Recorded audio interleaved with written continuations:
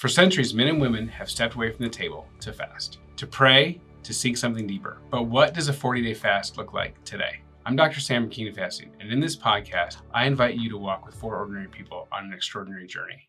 I'm Dr. Sam Sims, a nurse anesthesiologist, and this is the Modern 40-Day Fast. And today we have a special guest, Shannon Momkar, and he is on day 19 of his 40-day fast. So today is day 19 that we're going to talk about. It's a special guest, and I actually mentioned him, I think, in the first episode, or maybe the first day, about somebody who was fasting for this podcast. That's right. What's the longest you've ever fasted? 40 days. 40 days. Okay. Yes. All right. Me too. Yes. And I lived twice. Yeah. Okay. So that's a really good point. So you've done it. Why would you do it again? Because God told me to do it. It's a good answer. Yes. Okay.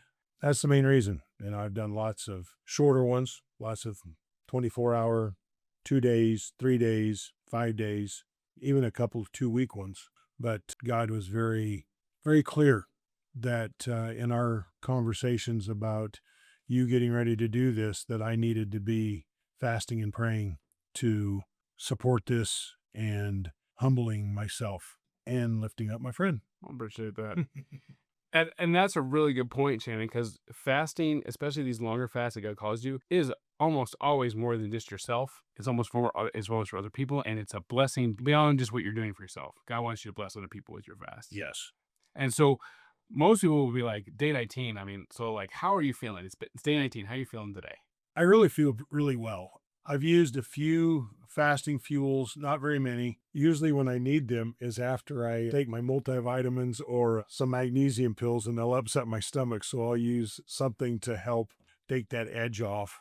And it's interesting because I actually started this fast a week before Easter. So on Palm Sunday is when it started. And I was planning on fasting through Easter. And Easter morning, God made it very clear. You need to celebrate today. You need to celebrate my resurrection. Mm-hmm.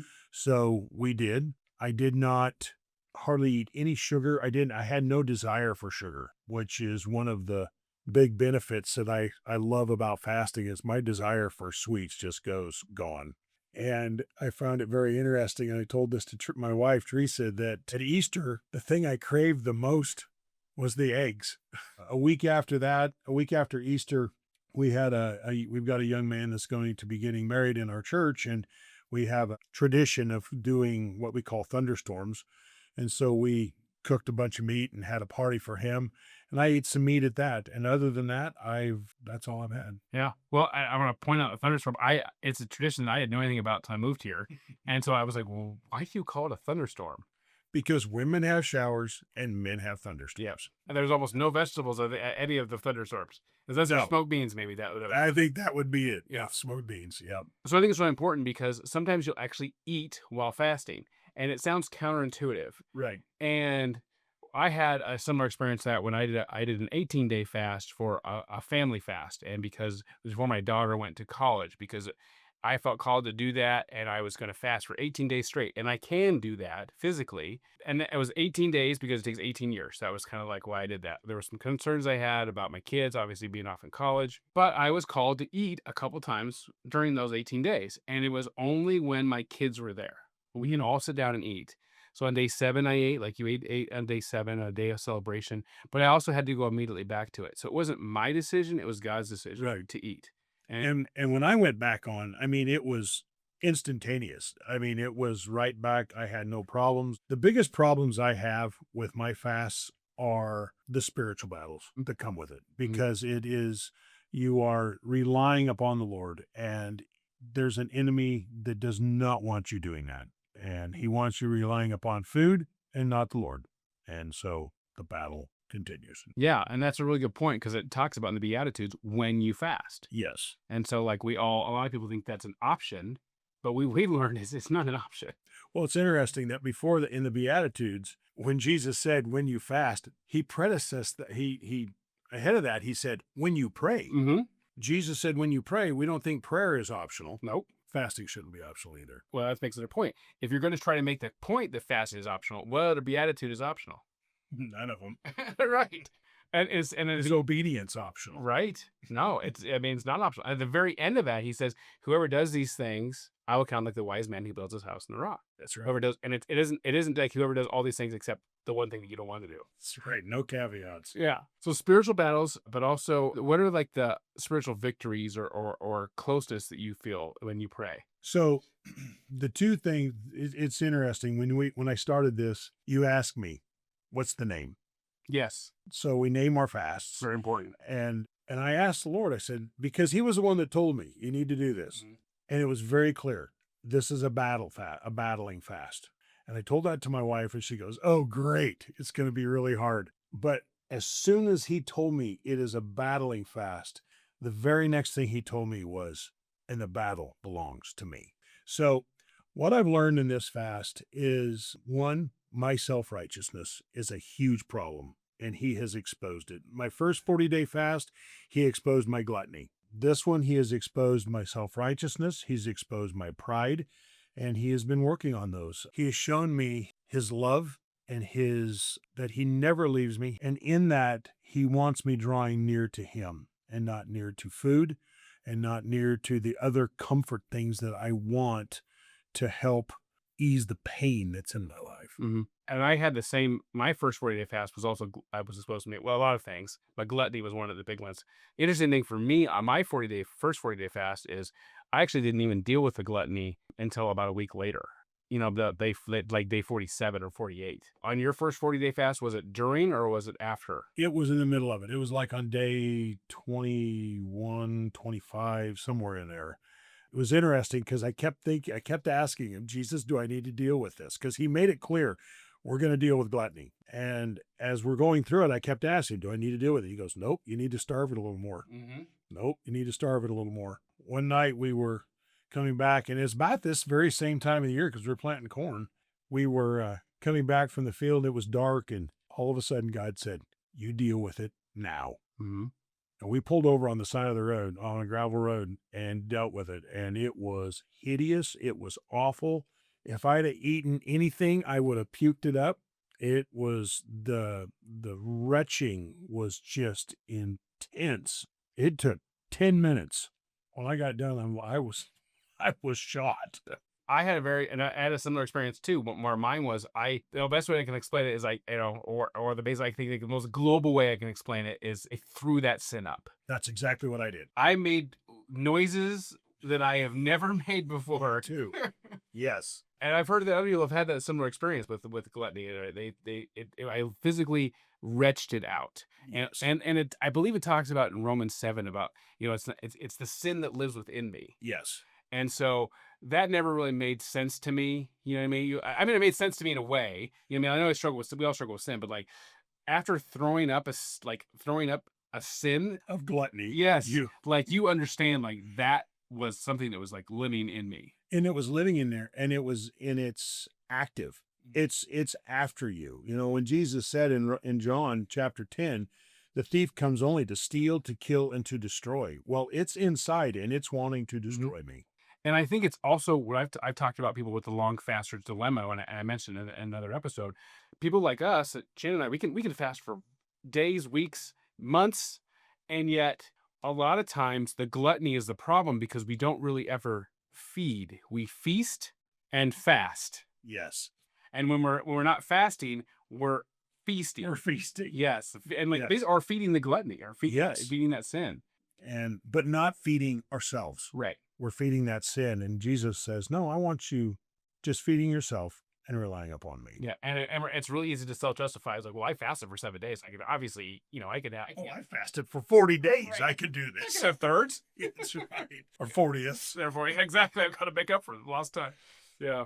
So you mentioned some fasting fuels, and everybody has. I have ones that work for me during certain times I fast. Or what are the fasting fuels that you like to use to help? Like you said, we can take your multivitamin that you struggle. There's two of them that I use. One of them would be some almonds, and the other one is like a cheese stick, like mozzarella cheese sticks. Okay. Because they don't have any sugar in them, Correct. and there's some protein, and they're all fat. Yep. And Perfect. so that's what I use. Yep. So that is kind of your focus if you're going to have a fasting fuel. It's protein, fat, and just enough to, satiate that sensation or make you feel better, or basically get through that sensation of feeling nauseous or feeling sick. Right. One of the other things, and I don't know if you would classify it as a fasting fuel, but I've talked to you a lot about this, is rock salt. If I'm getting really hungry or something and craving something, if I just take 2 or 3 pieces of rock salt and suck on them, the hunger disappears. Yeah. No, and I've used that myself. And what actually, so I like to do raw nuts like almonds, but I like pecans. And I'll take a pinch of salt and and then eat a couple pecans, and that just seems to make it go. Yeah. Because you can salt waste a little bit when you're fasting, especially because you're drinking so much fluid all the time. Right. And you're not getting anything normally you'd get a lot of salt from, our diet, but we're not getting any. Right. You're not getting it from your environment. So your body is then looking for salt in your body. Right. And places that it will find it. I mean, you can always eat salt, but places it will find it in old cells, loose skin. It goes and destroys all those things. Yes. That's what autophagy is. It goes and destroys those cells and actually has the magnesium, has the salt, has the amino acids in it. I mean, loose skin has amino acids in it. Right. So that's why you tighten up loose skin. And then a lot of old cells, your body doesn't need anymore. So people actually, after they fast, they don't only feel better, they usually look better and look younger. Because it's getting rid of, what is it? How often does the body regenerate itself? Is it every 7 days or is it every? Well, not necessarily. I think every 7 years you probably have completely change all your cells in your bones and that kind of stuff. But like every 7 days to replace your blood cells. Yeah, Your body is replacing itself. Yeah, and killing off the old cells. And actually, what's interesting is they had a group of people that did a 58-hour fast, and in that 58-hour fast, they kept checking their lab work, and they found anti-aging metabolites. And basically that they didn't see they only see them in younger people. But then when these older people started fasting, went 58 hours, they actually saw these anti-aging metabolites start to show up. Wonderfully and fearfully made. Exactly. So obviously in a longer fast, it's more than just yourself, and it affects more than just you. It does. It affects your family, and your family probably isn't also fasting for 40 days. And so meal times typically show up at least 3 times a day in a household. How do you navigate that, and how does your family navigate that? Well, I'm at the stage in my life where I guess I would be classified as an empty nester. Yeah. Our son Josh is still living in our basement, but this time of the year, with it being farming and planting season and so many things going on, that very seldom do we sit around the table and eat a meal together. So for me, it's really not a big issue. When in my other fasts, I would just sit down and eat, and not eat with them, but just sit at the table and fellowship with them. And it's after about day 3, the hunger disappears and you're able to actually sit and be around food and go, I'm all right. Once again, if you get hungry and something like that, grab some rock salt and a glass of water and some iced tea or something and sit with them. I find that my sense of smell is really heightened, though. It is. My sense of smell is, yes, very heightened. And Yeah. So one of the things they actually do in ranger training is they don't feed them for like a day or two. They're giving them very little bit of food. And then when they're out in the field, if somebody starts making like hot cocoa or over them, they'll smell it. And you'll be able to identify the enemy by smell. You know what I mean? And you'll experience that. It's like, it's like you'll identify a food or a smell very, very easily. Yes. So it gives away your position. But you also mentioned it's a very busy time of year. And so that's one of the things that we try to encourage people to do. Sometimes just doing it during a busy time Keeps your mind off of it. Yeah. But the downside to that is when you're doing it in the busy time of the year is sometimes those times of wanting and the Lord wanting to talk to you gets overshadowed by how busy you are. Yeah. And for me right now, I spend a lot of time sitting on a tractor planting corn. I do get that time with him. And so working through those self-righteousness, working through the pride, working through my pain, working through my fear, working through these things that literally require me battling against myself and against an enemy. This allows me to focus on that. The other thing that happens in my fast is that my focus becomes also more intense. Heightened is the word I'm looking for. And I think that's a really good point, because sometimes it's hard to you want to get access to the Holy Spirit all the time. But sometimes when I pray, sometimes I struggle with that. Not all the time, but sometimes I do. But how is it in this 19 days when you pray? How is it when you pray to reach out to the Holy Spirit? How is that access point? Much quicker. There's less distractions. He is about a relationship with us. Mhm. And if we're going to allow food to get in the way of that relationship with him, when we remove that, it allows us quicker access Yeah. to that relationship. I agree 100%. And for lack of a better analogy, I just kind of, it's almost like, the food feeds our body, Mhm. and not the Holy Spirit needs to be fed, but almost like our access is like, it's like it feeds the access. It like lights the fire. So like fasting feeds the spirit, and for lack of a better term. Well, I've listened to another guy talking about fasting, and it said there is nothing that draws somebody closer to God than humility. Mhm. And there's nothing like fasting to show the Lord your humility. Yeah. Because you're getting all of that out of the way. Yeah. You're removing stuff and going, I'm going to humble myself before you. Yep. And I think Derek Prince is the one that pointed out that a lot of times you see humbling in the Bible. That's exactly who I was. It actually is. It could be translated as fasting. Yes. Yeah. Humble yourself before the Lord. Like First Chronicles, if my people who are called by my name humble themselves, and literally it means fasting. Right. And I want to point out, though, that some people have tried to use fasting to try to control God, which obviously never works. It doesn't work. And we actually have a biblical example of this in Acts, when they decide they're going to kill Paul. The guys say, we're going to kill Paul, and we're not going to eat, 40 of us, we're going to kill Paul, and we're not going to eat any food, and we're not going to drink any water until we kill him. They take this vow, and they tell it to the high priest.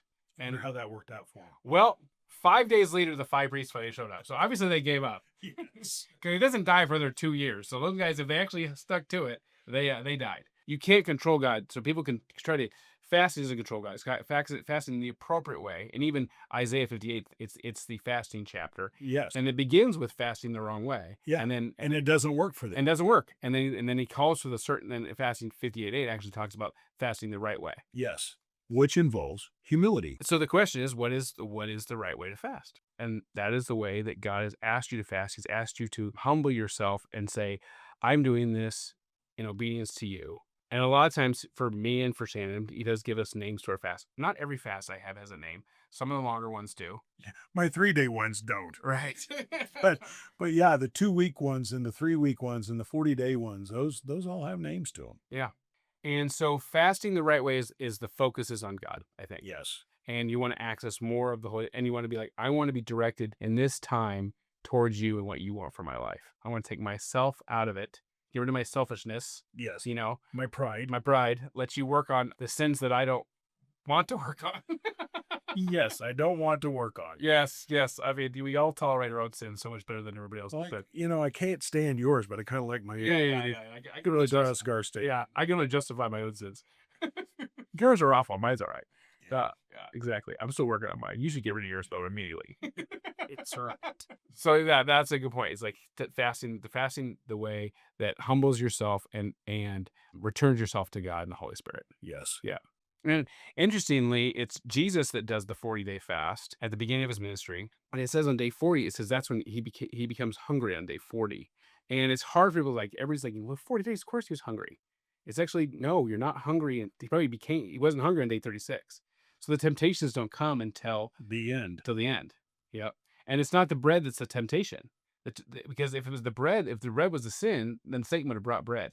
That's right. It was the fact of doing something for him and his humanity, to use his deity to create something to satisfy his flesh. Yes. And in addition, to prove it to someone else. Yes. He's like, prove it to me if you're the Son of God, because that's prove it. How many times did he get that in his ministry? Prove it. Prove it. And he faced that at the very beginning. So don't do fast for selfish reasons. But Satan's going to try to tempt you with selfishness. Yes. Yep. He'll try to tempt you with selfishness. He'll try to tempt you with self-righteousness. I mean, realistically, there's no end to the list. It's whatever our bent is what he will use to try to get us to fall away from it. And we've had these kind of interesting conversations. Shannon and I love picking his brain on stuff. We like giving deep thoughts into the Bible. Really, what it revealed to us this week. But one of the things that it talks about but it says he roams around like a roaring lion. Yes. And so the only thing that in nature that eats all the time is prey. That's right. Yeah. And so I remember talking. They graze. And that's what humans that especially with gluttony problems, we graze. it's really easy to graze. And so if you're always eating and your enemy is like a lion's only usually eat every 3 days. So I was talking about this the other day about, people like, you gotta eat carnivore. Okay, we'll eat carnivore, eat every 3 days. Well, wait a minute. That's right. If you're always eating, then you look like prey. And so I remember How does a cow look? how's a cow look? I remember telling you this. So go ahead and tell me. I go ahead and talk about that. They just, yeah, they're fat. They, what do you want? You want a cow that's marbled well and Yeah. But also head down, staring at food. staring at food and just slowly trudging along. Yep. And when they hear something, they'll pick up and they'll look around, but then they're back to eating. And then when they get full, they lay down and just their sedentary lifestyle. They just lay down there and eat their cud and don't do anything. And are great for predators like us. Yes. Yes. But the lion, he lays around when it's hot, but then he goes and he hunts and he looks for the prey. There's another interesting story about this whole thing about the roaring lion looking for whom he may devour. There was a pastor that was on the radio. His name was Pastor Cole. He was a missionary in Angola for 40 years, quite a while ago. And he said it's really interesting to watch lions. The lionesses will go out around the herd of gazelle or whatever they're trying to hunt. The male will stand up and roar real loud. And the ones that stand firm never get eaten. The ones that scatter and run are the ones the lionesses catch. That's it. Yeah. They run right into the trap. They run right in the trap. Yeah. And so what does Jesus tell us to do when Satan comes at us? What does he stand firm? Yeah. In Ephesians, it talks about we put the armor of God. It's all defensive first. And it's just, and it's all about just standing your ground. Stand your ground. Yep. Yeah. That's amazing. Yeah. Yeah. Those pictures. And of course, Jesus is the Lion of the tribe of Judah. Yes. Yeah. He's not like our lion. He is the lion. That's right. And so we need to be lions on earth, and we need to be lambs for God in heaven. That's right. Yes. Yep. Because He is our good shepherd. They don't need more lions in heaven. No. Yeah. They only need the one. Yep. No, in the one. We need lambs up there for the That's good shepherd. Yep. Is there a verse that either comes to mind or a verse that you've been dwelling on during this fast? The one that really comes to my mind quite often in the midst of the fast is Ephesians 2:10. And the reason why is because the fast always brings me back to, it's not about me. It's about the Lord. And Ephesians 2:10 says, for we are His workmanship, created in Christ Jesus for good works that He prepared beforehand, that we should just walk in them. And the whole idea of just walking in something that God has prepared. These fasts, God knew about these before the foundations of the earth. Yep. And all we're doing is being obedient and walking in them. Yep. And so that's one of the verses that I just cling to quite often when I'm fasting and when I'm not fasting. But this, Teresa found one this morning, Isaiah 43, verse 19. I am doing something brand new, something unheard of. Even now it sprouts and grows and matures. Don't you perceive it? I will make a way in the wilderness and open up the flowing streams in the desert. And that is the Passion Translation. It's awesome. Yeah. And doing a 40-day fast is something new for so many people. It is. Yeah. And the Fasting is new. Yes. Yeah. And the flowing streams that come out of that. Yes. Yeah. I think that's a very apt verse. One thing, Sam, is that you and I have both experienced this, and I would want to encourage anybody else with this, is that anytime you do a fast, it isn't about just at the time you're doing the fast. There are so many things that God will show you even after the fast. Those blessings that come from that obedience. My mom's got a great statement. She says, trust God with the results of your obedience. And, one of the results of the obedience of fasting is seeing things happen a week, 2 weeks, a month, 2 months, 6 months after that fast that can only be attributed back to what you gave up during that fast. 100%. I mentioned my family fast at the beginning. I didn't see the results of that for 9 months. Yeah. And I have another fast that I have named that I haven't really told anybody yet. I have not seen the results of that one yet, and I did it 2 years ago. I still haven't seen the results of that one yet, and it was actually a 4-day fast. And so I'm waiting to see the results of that one. But God lives outside of time, so He can apply that exact moment to that time frame. So that's another discussion. It is. That's a fun one. Yes, that's a great one. Yeah, absolutely. Well, thank you for coming us on day 19. Yes, and we're not going to be in the same place when you actually end. Right. But there's more that comes, more that happens after the 40 days. Yes. So I would love to, if you'd come back after the 40 days, love to, and we could talk again. Yes. All right. Thank you. Thank you. I love this guy. I love this guy. I'm Dr. Sam Sims, a nurse anesthesiologist. Thanks for being with us on the 40-day fast, day 19 with Shannon. Yes. Yeah, it's been a blessing. It has been a blessing. Thank you.